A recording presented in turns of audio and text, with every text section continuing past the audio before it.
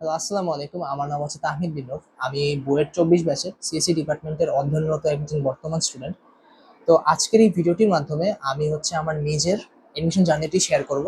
তার পাশাপাশি হচ্ছে আমার এডমিশন জার্নিতে কি কি ভুল ছিল এবং হচ্ছে আমার কি এডমিশন জার্নির মধ্যে কি কি অ্যাডভাইস আমি ফলো করেছিলাম, কি কি ধারায় আমি পড়ালেখা করেছিলাম এবং এক্সাম হলেও আমার কি কি স্ট্র্যাটেজিস ছিল সেই বিষয়ে একটু কথা বলবো। তো দেরি না করে আমি ফার্স্ট আমার নিজের একটু ব্যাকগ্রাউন্ড নিয়ে একটু কথা বলি। আমি যদি আমার একটু হাই স্কুল লেভেল থেকে শুরু করি, আমি হাই স্কুলে কখনো একটা ভালো স্টুডেন্ট ছিলাম না। আমি যদি সঠিকভাবে বলি তাহলে আমার রোলটা সবসময় একদম মাঝারি পথে ছিল। ধরেন ৬০ জন স্টুডেন্টের মধ্যে আমার রোল সবসময় ৩০ ছিল। এই ৩০ রোল থেকে আমি সামনেও যেতাম না, পিছনেও যেতাম না।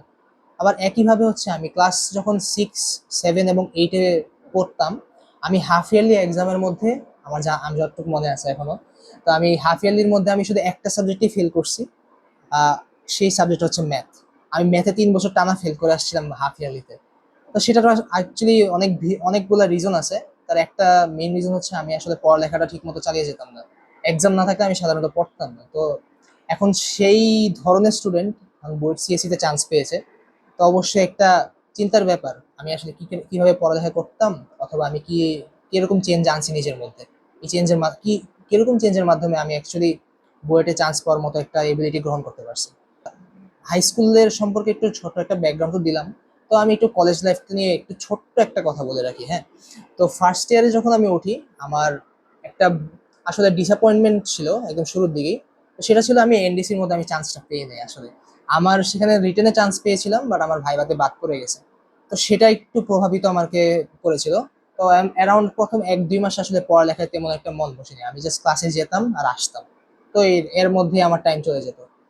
তো বাকি সময়টা আসলে গেম টেম বা এসবের মধ্যে আমার টাইম ব্যয় হয়ে যেত, আমাদের এটা খুব বেশি কাজে আসেনি। এই পড়ালেখার একটু মনোভাবটা না থাকায় আমার ফার্স্ট ইয়ারের মধ্যে যখন শেষ হয়ে যায়, ফার্স্ট ইয়ারের অলমোস্ট অ্যারাউন্ড আমরা পেয়েছিলাম ১০ মাস বা ৯ মাসের মতো।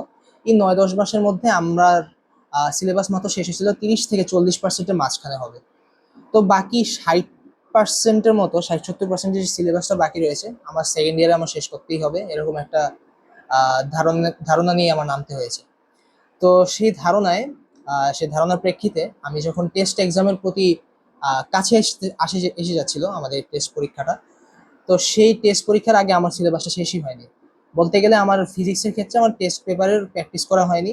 ম্যাথের ক্ষেত্রে আমার এখনো অ্যাটলিস্ট ২টা চ্যাপ্টার বাকি ছিল। আর হচ্ছে কেমিস্ট্রির ক্ষেত্রে আমার অর্গানিক কেমিস্ট্রি ঠিক মতো পারতাম না। আর হচ্ছে তড়িৎ রসায়নে মনে হয় কিছু একটা গ্যাপ ছিল। তো সেটা আমি টেস্ট পরীক্ষার পরে ফিল আপ করার চেষ্টা করছি। আমার যেই চেষ্টাটা ছিল টেস্ট পরীক্ষার পরে, সেই চেষ্টাটার থেকে আমি আমার কেমিস্ট্রি সিলেবাসটা শেষ করতে পারছি, যে এইচএসসির জন্য যতটুকু প্রয়োজন। আমার ফিজিক্সের খুবই দারুণ অবস্থা ছিল অ্যাকচুয়ালি, আমার ফিজিক্সের অবস্থা খুবই ভালো, আমি ভালোভাবে পড়তাম ওইটা। আর হচ্ছে শেষে বাকি ছিল ম্যাথ। আমি ম্যাথের সিলেবাসটা ঠিক মতো শেষ করতে পারিনি। আমার এইচএসসি পরীক্ষা শুরু হয়ে গেছে কিন্তু আমার ম্যাথের সিলেবাস এখনো শেষ হয়নি। এরকম একটা অবস্থা। আমি স্ট্যাটিক্স এবং ডাইনামিক্সের ক্লাসও করছি, আর প্র্যাকটিস করতে গিয়ে আমি এখন আর পারি না। তো সেই ক্ষেত্রে আমি সিলেবাসটা শেষ হয়নি, এইভাবে আমি এক্সাম দিতে নামতেছিলাম। তো তোমরা অবশ্যই জানো তখন আমাদের একটা জুলাই বিপ্লব হয়ে গেছে। তো সেখানে আমি ছিলাম। বাট যখন আমাদের জুলাই বিপ্লবটা শেষ হয় আগস্টের ৫ তারিখে, সেখানে তারপর থেকে আমি অলমোস্ট ১ সপ্তাহের মতো খুব বেশি পড়ালেখা করতে পারিনি। আমার পড়ালেখা আসলে কারোরই মন বসছে আমার বিশেষ হয় না। তো সেই ১ সপ্তাহের মধ্যে ধরো কি বলে, সারাদিনে ১ ঘন্টার মতো একটা ক্লাস করতাম, বা ১-২ ঘন্টা, অথবা একটাই ৪ ঘন্টার ক্লাসকে আমি ২-৩ দিন লাগিয়ে শেষ করতাম, এরকম একটা টাইম ছিল। কিন্তু একটা সুবিধাজনক বিষয় ছিল যে আমাদের এডমিশনের অ্যাকচুয়াল লাইভ ক্লাসে শুরু হওয়ার আগে আমি অ্যারাউন্ড ৩ সপ্তাহ টাইম পেয়েছিলাম, বা ২ সপ্তাহ এরকম একটা টাইম পেয়েছি। তো লাইভ ক্লাসে শুরু হওয়ার এই ২ সপ্তাহ টাইমে আমি হচ্ছে আমার যে সাবজেক্টের সবচেয়ে বড় গ্যাপ ছিল সেটা ছিল আমার কেমিস্ট্রি। এই কেমিস্ট্রি আমি সম্পূর্ণ ফার্স্ট পেপারের ক্লাসগুলা একদম ধরেন ১ সপ্তাহ থেকে ১.৫ সপ্তাহ লাগিয়ে আমি করে ফেলছিলাম। মোটামুটি ১ সপ্তাহ লাগছিল। সেই ১ সপ্তাহ লাগে আমি ক্লাসটা শেষ করে ফেলছি। তারপরে এই ১ সপ্তাহ ক্লাসের পরে আমি কোয়েশ্চেন ব্যাংকটা শুরু করছি, শুধু কোয়েশ্চেন ব্যাংক। সেই কোয়েশ্চেন ব্যাংকটা করার পর আমি হচ্ছে আহ, যে কেমিস্ট্রি একটা গ্যাপটা ছিল আমার মোটামুটি ফিল আপ হয়ে গেছে। কোয়েশ্চেন ব্যাংকের মধ্যে আমি কোয়েশ্চেন পারি না পারি আমি চেষ্টা করছি, সেটা আমার আসলে অ্যারাউন্ড ২ সপ্তাহের কাছাকাছি চলে গেছিল। তো ফার্স্ট পেপারটা শেষ করার পর সেকেন্ড পেপার আমি ২টা চ্যাপ্টার ধরতে পারছিলাম, ক্লাস করছিলাম ২টা চ্যাপ্টারের। আর হচ্ছে কোয়েশ্চেন ব্যাংকটা আমি শেষ করতে পারছিলাম শুধু একটা চ্যাপ্টারের। তো সেভাবে আমার একটু গ্যাপটা কেমিস্ট্রি ফিল আপ হয়ে গেছিল। তো তখন শুরু হয়েছে আমার হচ্ছে উইকলি এক্সামসগুলো, বা হচ্ছে আমার উইকলি যে পড়ালেখা আছে সেটা একটা ধারার মধ্যে ফেলানোর একটা সময় আসছে। তখন যখন আমার ফার্স্ট উইকলি এক্সামটা বা উইকলির ক্লাসেসগুলো শুরু হয়, আমি হচ্ছে অফলাইন একটা ক্লাস করছিলাম, শুধু একটা অফলাইন ক্লাসে আমি গিয়েছি। সেই অফলাইন ক্লাসে আমি যা দেখলাম আর কি, কেমিস্ট্রি ক্লাসটা ছিল, আমি কেমিস্ট্রি অনলাইনে যা পড়ছি এক্স্যাক্টলি সেটাই পড়াচ্ছে। তার হচ্ছে, আবার যদি সঠিকভাবে বলি, তার থেকে আরো অনেক কম পড়াচ্ছে। তো আমার অফলাইন ক্লাসটা যা বুঝলাম আমার আসলে দরকার নেই, আমার মোটামুটি টাইম লস হয়ে যায় 2 ঘন্টা থেকে 2.5 ঘন্টার মতো।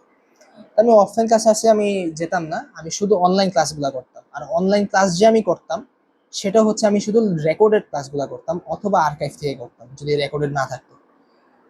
সেই ক্ষেত্রে যদি ধরেন লাইভ ক্লাসে যারা করতে চাও আর কি, ধরো মনোযোগ বসানো না হলে, লাইভ ক্লাসের যে 4 ঘন্টাটা থাকে অথবা অনেক সময় 4.5 ঘন্টাও থাকে, এই 4.5 ঘন্টার এই ক্লাসগুলো আসলে তোমার খুব বেশি হেল্পফুল হয় না। যেটা ধরো তোমার কোনো কিছু মানে স্পেসিফিক পোর্শনস গুলায় তোমার ঝামেলা আছে, কোনো একটা স্পেসিফিক কনসেপ্ট তোমার বুঝতে সমস্যা আছে। তো সেই কনসেপ্টের জায়গাগুলোই তুমি ক্লাস থেকে যদি করে ফেলো, অথবা তোমার বাকি পোর্শন গুলো যদি টেনে টেনে একটু দেখে ফেলো কি কি আসলে পড়াচ্ছে, তুমি সবকিছু পারো কিনা, আর সেগুলোর ম্যাথ গুলো পারো কিনা, স্লাইডস থেকেও তুমি যদি দেখে ফেলো ম্যাথ গুলো পারো কিনা, তুমি তাহলে একটা আইডিয়া পেয়ে যাবে চ্যাপ্টারের মধ্যে কি আছে আর তোমার লেভেলটা এখন কই আছে। কিন্তু তুমি যদি একদম সম্পূর্ণ ক্লাসটা করো, ধরো 4.5 ঘন্টার একটা ক্লাস ছিল, তুমি সম্পূর্ণ লাইভ করছো, 4.5 ঘন্টায় চলে গেছে। আর হচ্ছে তুমি যদি রেকর্ডেড করতেছিলে আমি যেভাবে করলাম আর কি, তো টেনে টেনে যদি দেখো, ধরো এই 4.5 ঘন্টার ক্লাসটাও অ্যারাউন্ড 2 ঘন্টার মধ্যে শেষ হয়ে গেছে। আবার তোমার যদি মনোযোগ বা এবিলিটিটা একটু ফাস্ট থাকে, তুমি যদি একটু তাড়াতাড়ি ক্লাস করা সম্ভব হয় তোমার জন্য, তাহলে তোমার 1.5 ঘন্টার মতো হয়ে যেতে পারে।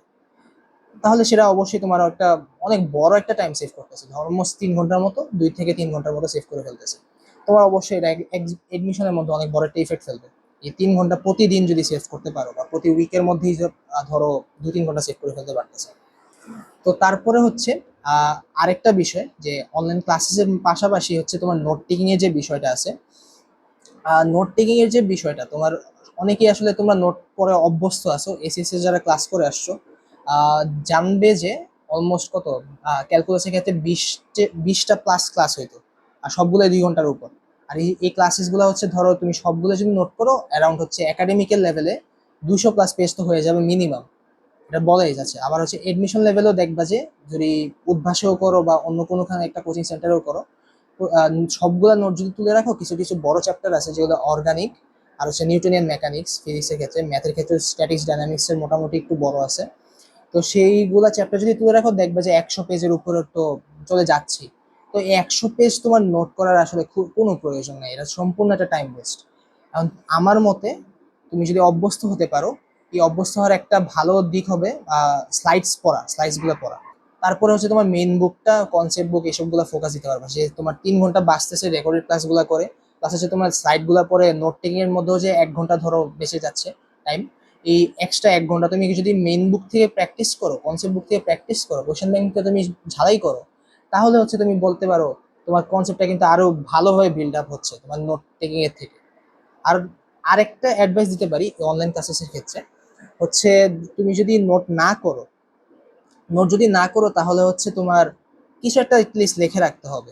ধরো তোমার কোনো একটা ম্যাথ তুলে দিচ্ছে, কোনো একটা ম্যাথ করাচ্ছে, অথবা তোমার হচ্ছে কোনো একটা কনসেপ্ট প্রমাণ করে দেখাচ্ছে আজকে, তো সেগুলো একটু খাতায় লিখে রাখলে ভালো হয়। একদম গুছিয়ে লেখা লাগবে না, কারণ এগুলো তুমি পড়ার ইউজ করবা না। তোমার মেইন জিনিসটাই হচ্ছে যে একবার লেখবা, আর সেই লেখার মাধ্যমে হচ্ছে তোমার একটু ফোকাসটা যেন ক্লাসের মধ্যে থাকে, সেটা একটু ধরে রাখার জন্যই আমি খাতা লেখার কথাটা বলছি। আদারওয়াইজ তোমার ম্যাথটা যদি আবার বেশি সহজ লাগে তাহলে না লেখলেও কোনো সমস্যা নেই, জাস্ট ক্লাসের এই পোর্শনটাই স্কিপ করে চলে যায়, কোনো সমস্যা হবে না। আচ্ছা, তারপরে শুরু হয়েছিল আমাদের উইকলি এক্সামস গুলা। তো উইকলি এক্সামের জন্য এবং পরবর্তী যেসব এডমিশন এক্সাম আসবে তার জন্য একটা স্ট্রিক্ট গাইডলাইন যেটা দিয়ে রাখতে পারি, এবং হচ্ছে কয়েকটা অ্যাডভাইস দিয়ে রাখতে পারি, যেগুলো যদি ফলো করো তোমার প্রত্যেকটা এক্সামে ইনশাল্লাহ ইমপ্রুভমেন্ট আসবে, এবং তোমার মেইন এক্সামগুলো তুমি যতটুকু আউটপুট দিতে পারতা তার খুবই কাছাকাছি একটা আউটপুট দিতে পারবে, এফিসিয়েন্সি খুবই বাড়বে। তো সেটার ক্ষেত্রে অ্যাডভাইস নাম্বার 1 যদি বলি, হচ্ছে তোমার কোয়েশ্চেন্স গুলা ফার্স্ট প্রথম থেকেই পড়ে যাও। যে কোয়েশ্চেনটা তোমার একটু কঠিন মনে হবে, অথবা তোমার দেখে মনে হচ্ছে পারবো কি পারবো না এরকম একটা কোয়েশ্চেন আনসার করছে, সেটা তোমার আনসার করা লাগবে না, জাস্ট এটা মার্ক করে রাখো, হয়তো পারবা, যদি পারো একটা মার্ক করে রাখবা। যদি একটু কঠিন মনে হয় সেটা আনসার এখন করা লাগবে না। কিন্তু তুমি যখন কোয়েশ্চেন কয়েকটা পড়ে যাবা, ধরো তোমার 40টা কোয়েশ্চেন আছে রিটেন, প্রথম 2-3টা কোয়েশ্চেন দেখলা, হচ্ছে ফার্স্ট কোয়েশ্চেনটা তুমি পারোই না, সেকেন্ড কোয়েশ্চেনটা একটু পারা পারা লাগতেছে কিন্তু তুমি একটু আনসিওরিটি আছো, এটা একটু দাগ দিয়া চলে যাবা। থার্ড কোয়েশ্চেনটা দেখতেছো, আচ্ছা মেবি পারি, কিন্তু এটা একটু বেশি কঠিন, একটু টাইম লাগবে, এটা একটু মার্ক করে চলে যাচ্ছে। কিন্তু তুমি যখন ফোর্থ কোয়েশ্চেনটা দেখতেছো, হয়তো তোমার হচ্ছে কোয়েশ্চেন ব্যাংক থেকে হুবহু তুলে দিয়েছে যেটা তুমি মাত্র সলভ করে আসো বাসায় থেকে। হতে পারে হচ্ছে তোমার কোয়েশ্চেনটা তোমার বইয়ের কোয়েশ্চেন, কনসেপ্ট বুক থেকে তুলে দেওয়া, অথবা তোমার এমন একটা কনসেপ্ট থেকে কোয়েশ্চেনটা করা হয়েছে, বা এরকম একটা ফর্মুলা দিয়ে করা হয়েছে যেটা তুমি জানো, পারো, এবং এটা খুবই সহজ। এরকম কিছু যদি কোয়েশ্চেন তুমি দেখতে পারো, সেটা সবার আগে আনসার করা উচিত এবং করতে হবে। তুমি সেই কোয়েশ্চেনটা আনসার করার পরেই ধরো বাকি সব কোয়েশ্চেনগুলো একটু দেখবা, 5 নম্বর কোয়েশ্চেন, 6 নম্বর কোয়েশ্চেন, এভাবে একটু পড়ে যাবা। যে কোয়েশ্চেনটা একদম সেম ধারায় পড়তেছে, ধরো ইজি লেভেলের কোয়েশ্চেন পড়তেছে, অবশ্যই সেটা আগে আনসার করবা। তারপর ইজি লেভেলের কোয়েশ্চেন যখন শেষ হয়ে যাবে, একবার মিডিয়াম লেভেলে কিছু কোয়েশ্চেন মার্ক করে রাখছো তুমি অলরেডি, সেগুলো হচ্ছে পরে দিবা। তারপরে হচ্ছে তোমার হার্ড কোয়েশ্চেন যেগুলো আছে, যদি সময় পাও তারপরে সেটা ধরতে পারো। এর কারণটা কি, ধরো হচ্ছে তোমার 40টা কোয়েশ্চেন যেগুলো আছে, এগুলি হার্ড কোয়েশ্চেন ধরো সাধারণত 7-8টা থাকে, যেটা তুমি সলভ করতে একটু একটু সময় লাগবে অথবা একটু চিন্তা করা লাগবে। তো এই কোয়েশ্চেনগুলো তুমি যদি ছেড়েও দাও, তোমার চান্স কখনো মিস হবে না। কোনো এডমিশন এক্সামে তোমার হার্ড কোয়েশ্চেনগুলো ছাড়ার কারণে চান্স মিস হয় না। মিস হয় হচ্ছে তোমার সহজ কোয়েশ্চেন এবং মিডিয়াম কোয়েশ্চেনগুলো আইদার আনসার না করায়, অথবা তোমার আনসার করে ভুল আনসার বের করায়, অথবা কোনো একটা ক্যালকুলেশন মিস্টেক হয়ে যায়। এরকম মার্ক কেটে কেটে গিয়ে তোমার হয়তো শেষ পর্যন্ত চান্সটা পাবা না। এটা একটা বড় একটা অ্যাডভাইস, এটা তোমার সবসময় ফলো করে রাখা লাগবে আসলে। তো সেকেন্ড একটা অ্যাডভাইস দিতে পারি, সেটা হচ্ছে তোমার নির্ভুলতাকে একটু প্রাধান্য দিও। হচ্ছে তোমার ম্যাথের যেগুলো আনসার করবা, ধরো তোমার 40টা কোয়েশ্চেনে তুমি টার্গেট রাখছিলে 30টা আনসার করবা, কিন্তু 30টা আনসার করতে গিয়ে দেখা যাচ্ছে যে তুমি আনসার করতে গিয়ে আর তুমি রিচেক দেওয়ার কোনো টাইম পাচ্ছ না, কোনো একটা কারণে তোমার স্পিডটা একটু কম। তো সেই ক্ষেত্রে তোমার 30টা আনসার করার কোনো প্রয়োজন নেই, ধরো তুমি 25টাই আনসার করলা, টাইম পেয়ে যাচ্ছ একটু বেশি, 3 মিনিট পার কোয়েশ্চেন না হয়ে হয়তো তুমি 4 মিনিট 30 সেকেন্ডের মতো পার কোয়েশ্চেন পাচ্ছ। কথার কথা, এই 25টা কোয়েশ্চেন আনসার করার পর হচ্ছে বারবার ক্যালকুলেটার দিয়ে একটু রিচেক দিবা। প্রত্যেক পুরো ম্যাথটা একটু ক্যালকুলেটারে অ্যাটলিস্ট 2-3 বার রিচেক দিবা, আনসারটা সেম আসতেছে কিনা। আবার হতে পারে ব্যাক ক্যালকুলেশন করে দেখতে পারো কোশ্চেনের মানগুলো ফেরত আসতেছে কিনা। এভাবে করলে তোমার হচ্ছে যে ভুল থাকার সম্ভাবনা আছে সেটা ড্রাস্টিকলি কমে যায়। এবং তোমার হচ্ছে নির্ভুলতা, তোমার যে পার্সেল পাওয়ার কথা ছিল, ধরো তোমার 30-25-30টা কোয়েশ্চেন আনসার করতে গেলা, সেখানে তুমি রিচেক দেওয়া না দেওয়ার কারণে হচ্ছে 12 বা 15টা কোয়েশ্চেনে তুমি রিচেক দিতে পারোনি, সেখানে একটু কিছু কিছু ভুল রয়ে গেছে। প্রত্যেকটা কোয়েশ্চেন থেকে তোমার যদি 2 থেকে 3 মার্ক করে কেটে দেয়, ধরো 15টা কোয়েশ্চেন, 3-15-45 মার্ক তোমার চলে যাচ্ছে। এর কারণে তোমার কি অবশ্যই তোমার চান্স মিস হওয়ার একটা সম্ভাবনা রয়ে যাচ্ছে। আর হচ্ছে তোমার চান্স যদি মিস না যায়, তোমার হচ্ছে সিটটা আর পাচ্ছ না যে ডিপার্টমেন্টে তোমার পাওয়ার ইচ্ছা ছিল, তোমার ফেভারিট ডিপার্টমেন্টের সিটটা মিস চলে গেল। সেটা একটা বড় একটা ভুল হতে পারে। তো তারপরে হচ্ছে তোমার স্পিডটা অবশ্যই বাড়াতে হবে, কিন্তু স্পিডটা বাড়ানোর ক্ষেত্রে তোমার যে এক্সাম কোশ্চেনের আনসার ভুল হয়ে যায়, রিচেকটা ছেড়ো না। তোমার স্পিড বাড়াতে হবে কিন্তু নির্ভুলতাটাকেও ধরে রাখতে হবে। তো সেই ক্ষেত্রে হচ্ছে তুমি এক্সাম এবং প্র্যাকটিস ক্রমাধারে করতে থাকো। এক্সাম এবং প্র্যাকটিস যত করবা, তোমার স্পিডটা আস্তে আস্তে আরো বাড়তে থাকবে। আর তোমার যদি রিচেকের এই অভ্যাসটা ধরে রাখো, ক্যালকুলেটারের মাধ্যমে রিচেক দেওয়ার অভ্যাসটা, তাহলে তোমার অবশ্যই স্পিডটা আস্তে আস্তে আরো বাড়তে থাকবে, আর সেই নির্ভুলতাটাও ধরে রাখতে পারবা। আচ্ছা, 4 নম্বর একটা অ্যাডভাইস দিতে পারি। 4 নম্বর অ্যাডভাইসটা হচ্ছে, তুমি উইকলি এক্সামগুলো বলো বা এডমিশন এক্সামগুলো বলো, তুমি এক্সামগুলো যখন দিবে, কিছু কিছু কোয়েশ্চেন পাবা যেখানে হচ্ছে ধরো তোমার 3 মিনিট ধরেও লিখে যাচ্ছ কিন্তু তোমার সলভটা আর করতে পারতেছো না, কোনো একটা জায়গায় আটকে গেছো, অথবা তুমি কোয়েশ্চেনটা প্রোগ্রেসই করতে পারতেছো না, তো কোয়েশ্চেনে একদম ফার্স্ট স্টেপে আটকে গেছো। সেই সকল কোয়েশ্চেন তোমার আনসার করার কোনো প্রয়োজন নেই।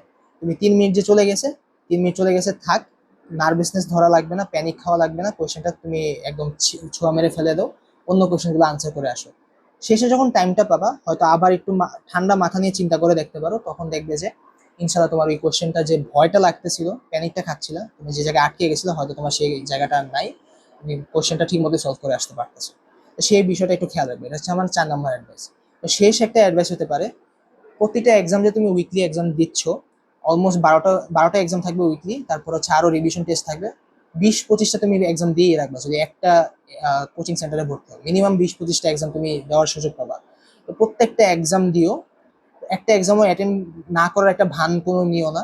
প্রত্যেকটা এক্সাম দিবা এবং হচ্ছে প্রত্যেকটা এক্সাম থেকে তুমি কি কি ভুল করে আসছো এটা একটু মার্ক ডাউন করে এটা ফিক্স করার চেষ্টা করবা। হয়তো তুমি একটা কোশ্চেনে বেশি টাইম ধরে রেখে দিছিলা, হচ্ছে ওই যে যেটা আমি ফোর্থ অ্যাডভাইস যেটা বললাম, কোশ্চেনটা তুমি বেশি টাইম দিও না, হুদাই টাইম নষ্ট করো না আটকে গেলে। তো এরকম কোনো যদি ভুল হয় তুমি এটা মার্ক ডাউন করে নেক্সট এক্সামে যেন সেই ভুলটা না হয় এটা একটু চেষ্টা করবা। তারপরে হচ্ছে আবার কিছু ভুল থাকতে পারে যে কোনো একটা কোয়েশ্চেন তুমি হার্ড কোয়েশ্চেন আনসার করতে গিয়ে আর ইজি কোয়েশ্চেন আর ধরতেই পারো না, সেটার জন্য কখনোই না হয়, যদি সেটার জন্য কখনোই না হয় পরের এক্সাম থেকে আবার একটু চেষ্টা করবা যে কত উইকলি এক্সামে 18টা রিটেন কোয়েশ্চেন আছে আমার জানা মতে। তো সেই 18টা কোয়েশ্চেনের মধ্যে ধরো 12 থেকে 10টা কোয়েশ্চেন যথেষ্ট ইজি হয়, ইজি থেকে মিডিয়াম লেভেলের হয়। তো সেই কোয়েশ্চেনগুলো যেন আনসার করে আসতে পারো, আর বাকি 6টা কোয়েশ্চেন আনসার করো না করো আমার কোনো ম্যাটার যায় আসে না, তোমারও কোনো যায় আসা উচিত না। সেই 12টা কোয়েশ্চেন যেন কখনোই মিস না যায়, এর একটা প্রায়োরিটি দিতে হবে। তো প্রত্যেকটা এক্সাম থেকে এরকম ভুল টুল শিখে এবং সেটা শুধরায় যদি আনতে পারো, মেইন এক্সামে তোমার সেই ভুলটা ইনশাল্লাহ হবে না। তোমার হচ্ছে যত আনসার করা সম্ভব তোমার সাথে সম্ভব ছিল, আল্লাহ তোমাকে যতটুকু শক্তি দিয়েছে সম্পূর্ণ আউটপুটে তুমি দিতে পারবা ইনশাল্লাহ। তুমি এই ধারণাটা আর হচ্ছে এই অ্যাডভাইসটা তোমার একটু মনে প্রাণে কাজে লাগানোর চেষ্টা করো। তারপর হচ্ছে যে উইকলি এক্সামগুলো শেষ হয়ে গেছে, ধরো আমার এখন রিভিশন মডেল টেস্টগুলো রয়েছে। রিভিশন মডেল টেস্ট বলতে সাবজেক্ট ওয়াইজ যে মডেল টেস্টগুলো হয় সেটা হচ্ছে, আমি একটা সিনিয়র থেকে অ্যাডভাইস পেয়েছিলাম যে আহ, উনি বলছিল যে দুইটা এক্সাম ব্যাচের মধ্যে ভর্তি হতে। অলরেডি আমি একটা কোচিং সেন্টারে ছিলাম, তো অন্য একটা কোচিং সেন্টারে তুমি ভর্তি হয়ে যাও, যে একাধারে তুমি দুই জায়গায় পরীক্ষা দিবা। তো আমি হয়ে গিয়েছিলাম, কিন্তু হওয়ার পরে দেখলাম যে আমাদের এই দুইটা এডমিশনের রুটিন বা এক্সামের রুটিন মিলতেছে না, অথবা মিলতে গেলে ধরো একই ডেতে দুটো এক্সাম পড়ে যাচ্ছে ভিন্ন সাবজেক্টের। তো অবশ্যই দুটা সাবজেক্ট একসাথে রিভিশন দেওয়া একজন একটা সাধারণ মানুষের জন্য পসিবল না, আসলে টাইম থাকে না যথেষ্ট, একদিন একদিন করে গ্যাপ যদি এক্সামে থাকে। তো সেই ক্ষেত্রে আমি ডিসাইড করছিলাম, ধরো আমি যে ফার্স্ট কোচিং সেন্টারে ছিলাম সেই এক্সামগুলো হচ্ছে একদম না পড়ে দিব, আর হচ্ছে অন্য কোচিং সেন্টারের এক্সামটা হচ্ছে আমি পড়ালেখা একটু ভালো করে রিভিশন করে দিব। তো সেই ক্ষেত্রে দেখতাম মানে এটা একটা রিজনও ছিল, সেটা হচ্ছে ধরো আমি কোনো একটা সাবজেক্ট ঠিক মতো রিভাইজ দিতে পারিনি, কোনো একটা সাবজেক্টের চ্যাপ্টার ঠিক মতো রিভাইজ দিতে পারিনি। আমার যদি মেইন এক্সামে এরকম একটা অবস্থা হয়ে যায়, সেটার জন্য আমি ভয় না পাই, সেটা একটা কনফিডেন্স ক্রিয়েট করার জন্য আমি এরকম এক্সামটা দিয়েছিলাম। তো তারপরে এক্সাম যখন দেওয়া শুরু করি দেখতাম যে ধরো 2 ঘন্টা সাথে সাথে এক্সাম পড়তো, 10টা থেকে 12টা একটা এক্সাম দিতাম, 12টা থেকে 2টা আরেকটা এক্সাম দিতাম। এরকম করে এক্সাম দিতে আমার একটা অভ্যাস হয়ে গেছিল যে এক্সামের প্রেশারটা আমি নিতে পারতেছি। 4 ঘন্টা যদি এক্সাম দিতে পারি অবশ্যই আমি মেইন এক্সামের যে 2 ঘন্টা এক্সামের প্রেশারটা আছে সেটা আমি অবশ্যই সহ্য করতে পারবো। তারপরে হচ্ছে আমি যে না পড়ে এক্সাম দিতাম, দেখতেছিলাম যে আমার মার্কস অ্যারাউন্ড সেমই আসতেছে অথবা আরো বেশি আসতেছে। তো সেক্ষেত্রে আমার অনেক ভালো একটা কনফিডেন্স ক্রিয়েট হয়ে যেত। তো অবশ্যই আমার এটা একটা হেল্পফুল হেল্পফুল ছিল মেইন এক্সামের ক্ষেত্রে। আমি আবার উইকলি এক্সাম যে দিয়ে আসলাম, আমার একটু মার্কস নিয়ে বলি। আমি ফার্স্ট উইকলি এক্সামে হচ্ছে আমি 108 মার্ক পেয়েছিলাম, যথেষ্ট মানে খুব বেশি না, কিন্তু আমার টার্গেটই ছিল যে 100 উপরে পাবো। আমি অনেকগুলো কোয়েশ্চেন পারতাম, এগুলি ছেড়ে আসছিলাম। তো নেক্সট এক্সামে আমি শুধরানোর চেষ্টা করছি। তো নেক্সট এক্সাম থেকে আমি সবসময় আসলে 140 থেকে 160-এর মাঝখানে একটা মার্ক পেতাম। 160-এর উপর আমার অনেক সময় গেছে, আবার অনেক সময় আমার 170-এর দিকেও গিয়েছিল। তো অ্যারাউন্ড আমি এরকম মার্ক পেতাম, আমার র্যাঙ্কও ছিল 300 থেকে 400-র মাঝখানে। কিন্তু একটা কথা বলি, আমার এই কোচিং সেন্টারের যে র্যাঙ্কগুলো তোমার দিচ্ছে, এই র্যাঙ্কগুলো আমার খুব ম্যাটার করে না। এই র্যাঙ্ক গুলাকে প্রায়োরিটি দিও না, তোমার প্রত্যেকটা এক্সামে তুমি কি একটু একটু ইমপ্রুভমেন্ট আনতে পারতেছো কিনা সেটা একটু খেয়াল রেখো। এর থেকে বেশি চিন্তা করার কোনো প্রয়োজন নেই। আচ্ছা, এখন বাকি রয়েছিল আমার মেইন এক্সামগুলো। মেইন এক্সামের একদম প্রথম এক্সাম যেটা ছিল সেটা হচ্ছে আমার কুয়েটের এক্সাম। তো কুয়েটের এক্সামের আগে আমরা হচ্ছে অ্যারাউন্ড 3 দিন আগে আমি খুলনায় চলে যাই ট্রেনের মাধ্যমে, আর সেখানে আমার আব্বুর অফিসের রেস্ট হাউসে থাকি। কিন্তু ঢাকার বাইরে এক্সামের জন্য যাওয়া হচ্ছে, এক্সামের জন্য নার্ভাসনেস কাজ করতেছিল আমার। বিভিন্ন প্রতিকূলতার কারণে হচ্ছে আমি অ্যারাউন্ড এক্সামের 3 দিন আগে থেকে আমি কোনো ঘুমাতে পারিনি, হচ্ছে আইদার 1 থেকে 2 ঘন্টা ঘুমাইছি অথবা কোনো ঘুমই দেয়নি, এরকম কিছু একটা হয়েছে। তো সেই কারণে হচ্ছে আমার এক্সামে একটা ভালো একটা প্রভাব ফেলছিল। ভালো প্রভাব বলতে এটা খারাপ প্রভাব ফেলছিল। তো এক্সামে আমি আগের দিন যেটা ছিল আমি অ্যারাউন্ড মনে হয় 1 ঘন্টা ঘুমাইছি অথবা 1 ঘন্টাও ঘুমাইতে পারিনি। এরকম একটা ঘুম নিয়ে আমি মেইন এক্সাম হলে ঢুকতাম। তো ঢোকার পরে হচ্ছে আমার যেহেতু প্রথম এক্সাম আর ঢাকার বাইরে আছি, আমার আব্বু আম্মুর সাথে জাস্ট আমার আব্বু আছে, আমার আম্মু নাই। তো সেরকম একটা নার্ভাসনেস ক্রিয়েট হয়ে গেছিল মেইন এক্সামের মধ্যে। তো মেইন এক্সামে হচ্ছে আমি কুয়েটের যে 3 ঘন্টার পরীক্ষাটা থাকে, আমি এই 1.5 ঘন্টা আমার হাতটা কাঁপতেছিল, আমার 1.5 ঘন্টা হাত কাঁপতেছিল। এই 1.5 ঘন্টা হাত কাঁপার কারণে আমি প্রত্যেকটা এমসিকিউ যে ছিল একদম শিওর হওয়ার পরে ধীরে ধীরে দাগাইতাম। অ্যারাউন্ড যখন 1.5 ঘন্টা চলে গেছে আমার মনে হয় 40টার মতো এমসিকিউ দাগানো হয়েছে। 40টা অথবা 40টা থেকে 50টার মাঝখানে একটা এমসিকিউ দাগানো হয়েছে, যেখানে আশেপাশে যারা ভালো স্টুডেন্ট ছিল অলমোস্ট হচ্ছে 60টার প্লাস দাগিয়ে ফেলেছে, English counting as well. So সেই ক্ষেত্রে আমি একটু পিছনে পড়ে গিয়েছিলাম। এই প্রথম এক্সামের নার্ভাসনেসটার কারণে আমার র্যাঙ্কটা একটু পিছনে আসছিল, সেই র্যাঙ্কটা হচ্ছে আমার 407তম হয়েছে আমি কুয়েটের মধ্যে। তারপরেও আমার আশানুরূপ না আসলেও আমি একটা কুয়েটের একটা সিট একটা দখল করে ফেলতে পারছি বলতে গেলে, আর 407তম হওয়ার কারণে আমি যে কোনো সাবজেক্টই পেয়ে যাবো একটা আশা ছিল। তো সেই এক্সামটা বাদ দিই, তারপরে হয়েছিল আমাদের বোর্ড প্রিলিমিনারি এক্সাম। সেই প্রিলিমিনারি এক্সামে আমার আসলে খুব বেশি একটা প্রিপারেশন ছিল না। আমি জাস্ট কোয়েশ্চেনটা এক্সামের আগের দিন রাতে আমি চোখ বুলে গেছি কি কি আসছে কি কি না। তো ভাগ্য ভালো, আসলে এক্সামের আগের দিন যা দেখে গেছি, যে কোশ্চেন ব্যাংক থেকে দেখে গেছি, দেখলাম যে আমার 3-4টা এমসিকিউ খুব হুবহু কমন এসে পড়ছে। তো তাছাড়াও হচ্ছে আমার বাকি যে অ্যারাউন্ড 4 মাসের মতো একটা পরিশ্রম করে আসলাম, 4 মাস না, অ্যারাউন্ড 3.5 মাসের মতো একটা পরিশ্রম করে আসলাম অলরেডি অ্যাডমিশন সিজনে, সবগুলার ফলাফল আমার প্রিলিমিনারি এক্সামে পেয়ে গেছি। তো আমি অ্যারাউন্ড 80টা প্লাস এমসিকিউ দেখাতে পারছি, আর এর বেশিরভাগই আমার রাইট ছিল, আমার একটা ধারণা আছে। তো এটার এই এক্সাম সম্পর্কে একটা অ্যাডভাইস দিতে পারি, সেই অ্যাডভাইসটা হচ্ছে ধরো প্রিলিমিনারি এক্সামে অ্যারাউন্ড 50% মার্কস যদি পেয়ে যাও, যে কোনো অ্যাডমিশন এক্সামে, সেটা চান্স সাধারণত একটা নিশ্চয়ই গ্যারান্টি পেয়ে যাবা। তোমার প্রিলিমিনারি এক্সামের টার্গেট রাখো যে 60-এর উপরে যেন পেয়ে যাও। তোমার যদি নিচেও আসে তাহলে সমস্যা নেই, কিন্তু 60-এর উপর একটা টার্গেট রাখবা। তো বাকিটা তোমার আল্লাহ ভরসা হচ্ছে। আবার আমাদের সময় যেটা দেখলাম, একটা 3 ব্যাচে পরীক্ষা হয় বুয়েটে। 3 ব্যাচের পরীক্ষার মধ্যে হচ্ছে প্রত্যেকটা ব্যাচের মধ্যে আলাদা আলাদা আলাদা কাটমার্ক থাকে। তো একটা ব্যাচে আমি শুনছিলাম অ্যারাউন্ড 40 মার্কের মধ্যে মেইন এক্সামে টান ছিল। তো সেটা অবশ্যই একটা ভালো বিষয়। 40 মার্ক একটু কম, কম মার্কে তুমি একটা 40 মার্ক তো খুবই কম একটা নাম্বার। এই কম মার্কের মাধ্যমে তুমি একটা রিটেন পরীক্ষার মধ্যে সুযোগ সুযোগ পেয়ে যাচ্ছ। আর মেইন কথা হচ্ছে তোমার বুয়েট প্রিলিমিনারির মধ্যে র্যাঙ্কটা ম্যাটার করে না, জাস্ট মার্কটা যেন কাট মার্কের উপর হয়, এটাই ম্যাটার করে। নেক্সট এক্সাম ছিল আমার চুয়েটের এক্সাম। চুয়েটে আমি চট্টগ্রামে যখন যাই হচ্ছে, পরীক্ষার আগের দিন গিয়ে সেম ঘটনা, আমি আসলে ঘুমাতে পারিনি একদিন। 1-2 দিন আমি একদম না ঘুমে পরীক্ষা দিতে গেলাম। তো সেই ক্ষেত্রে অ্যারাউন্ড কত 2.5 ঘন্টার এক্সাম নাকি 3 ঘন্টার এক্সাম ছিল, প্রথম 1 ঘন্টা আমার হাত কাঁপতেছিল একইভাবে। তো 1 ঘন্টা হাত কাঁপতেছিল, তখন মনে আসছে আমার চুয়েটে তো আসলে আসলে 1 ঘন্টা এক্সাম দেওয়ার পর আচ্ছা মনে আসছে চুয়েট তো আসলে আমার মেইন টার্গেটও না, এটা হোক আর না হোক আল্লাহ ভরসা আমার হয়ে যাবে, বাট হোক আর না হোক আমার এটা ম্যাটার করে না। তখন একটা কনফিডেন্স ফেরত আসছে, আমি তারপর তাড়াতাড়ি করে লেখা শুরু করে দিছি। তো সেই ক্ষেত্রে আমার এক্সামটা যথেষ্ট ভালো হয়েছে। আমি সেই ক্ষেত্রে চুয়েটে আমি 136তম হইতে পারছি। তো শেষের যে মেইন এক্সামটা আছে সেটা হচ্ছে আমাদের বুয়েটের এক্সাম, সেটা হয়েছিল আমার 13ই ফেব্রুয়ারি, এখনো মনে আছে।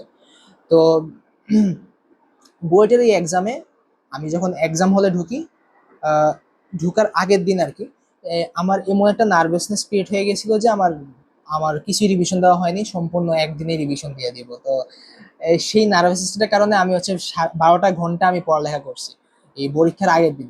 সেটা খুবই ভুল একটা কাজ করেছিলাম। তো পরীক্ষার আগের দিন 12 ঘন্টা না পড়ে ঘুম দাও, চিল করো, তোমার 4 মাসে যে পরিশ্রম করে আসছো সবগুলোই তোমার মেন এক্সামে ধরা দেখতে পারবা। তোমার এখন ভয় পাওয়ার কোনো প্রয়োজন নেই, এরকম একটা টার্গেট নিয়ে আসলে পড়ালেখা করতে পারো। আহ, আমি ভুল করে ফেলছিলাম, সেই 12 ঘন্টা পড়ার কারণে হচ্ছে আমি রাতে ঘুমাতে পারিনি সেদিন, একদম 0 আওয়ার্স আমি ঘুমাইছি, 30 মিনিটও ঘুমাইছি কিনা আমি সন্দেহ। এইরকম একটা ঘুম নিয়ে আমি এক্সাম হলে যেতে পারছি। আর তাছাড়াও হচ্ছে আমার বুয়েট এক্সামের প্রতি এমন একটা মানে কি বলে, আমি 4.5 মাস নাকি 4 মাসের মতো পরিশ্রম করার পর আমি একদম ক্লান্ত হয়ে গেছি। তোমরাও দেখতে পারবে যে তোমরা ক্লান্ত হয়ে গেছো আসলে এই পর্যায়ে। আমি লাস্ট 2 সপ্তাহে খুব বেশি একটা পড়ালেখা করতে পারিনি, এই জন্য আমার আসলে এক্সামের আগের দিন একটা নার্ভাসনেস ক্রিয়েট হয়েছে। এই তো যাই হোক, এক্সাম হলে আমি যখন যাই, তো এক্সাম হলে ঢোকার পর হচ্ছে যখন খাতাটা পাই আর কি, খাতাটা পাওয়ার পরে খুলে দেখলাম কোয়েশ্চেনগুলো 5 মিনিট আগে দিছিল। তো 5 মিনিট আগে খাতাটা খুলে দেখলাম এমসিকিউ, কি বলে, রিটেন এক্সাম যেটা। তো ম্যাথটা দিয়ে স্টার্ট হচ্ছিল। ম্যাথের প্রথম কোয়েশ্চেনটা দেখি পারি না, সেকেন্ড কোয়েশ্চেনটা দেখি পারি না, থার্ড কোয়েশ্চেনটা দেখি পারি না, ফোর্থ কোয়েশ্চেনটা দেখি এটাও পারি না।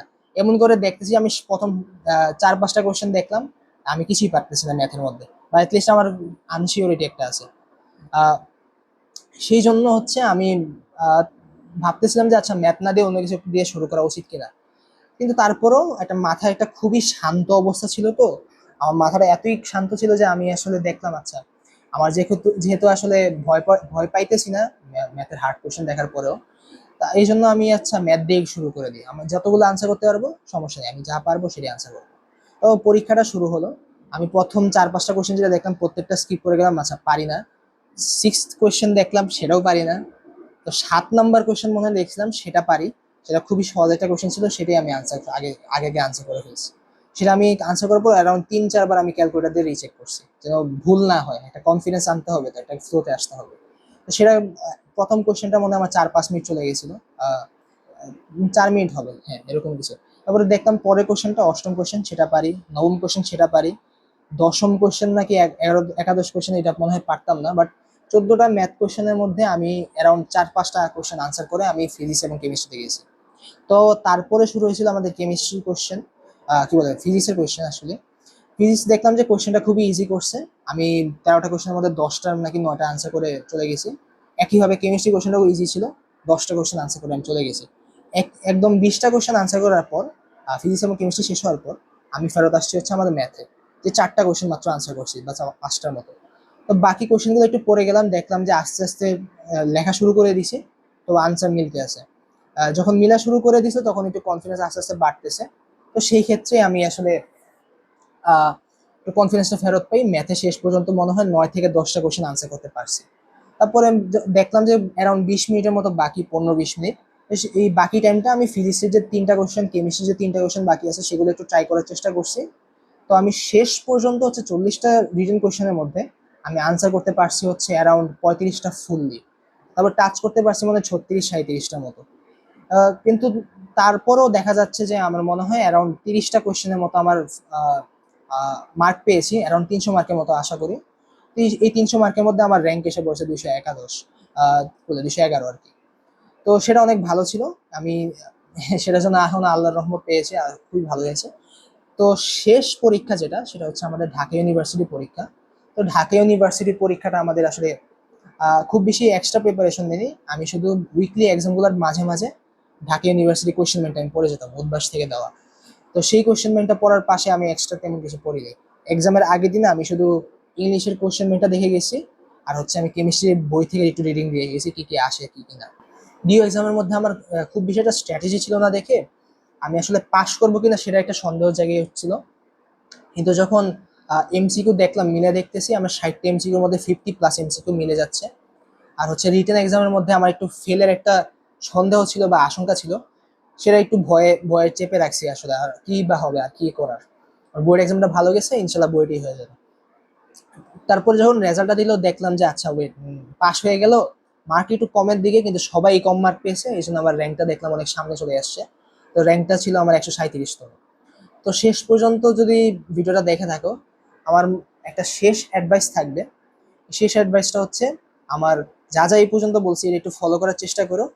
এক্সামের যে আগের দিন আছে সেটা একটু চিল করার চেষ্টা করো, এবং হচ্ছে এক্সাম হলে একদম শান্তশিষ্টভাবে তুমি নিজের উপর আত্মবিশ্বাস রেখে একটু পরীক্ষাটা দিও। তুমি ভয় পাওয়ার কোনো প্রয়োজন নেই, তুমি আগের 5 মাস পরিশ্রম করে আসছো, ইনশাল্লাহ তোমার এই 5 মাসের পরিশ্রমটা এই এক্সাম হলের খাতার মধ্যে রিফ্লেক্টেড হবে, রেজাল্টের মধ্যে রিফ্লেক্টেড হবে। তুমি এখন কোনো ভয় পেও না, ইনশাল্লাহ তোমার ভবিষ্যৎটা আসলে আলোকিত হবে। তো আশা করি হচ্ছে তোমাদের জন্য এই ভিডিওটা উপকারী ছিল। তো ইনশাল্লাহ নেক্সট ভিডিওর মধ্যে আমাদের সাথে থেকো। হ্যাঁ, আসসালামু আলাইকুম, আল্লাহ হাফিজ।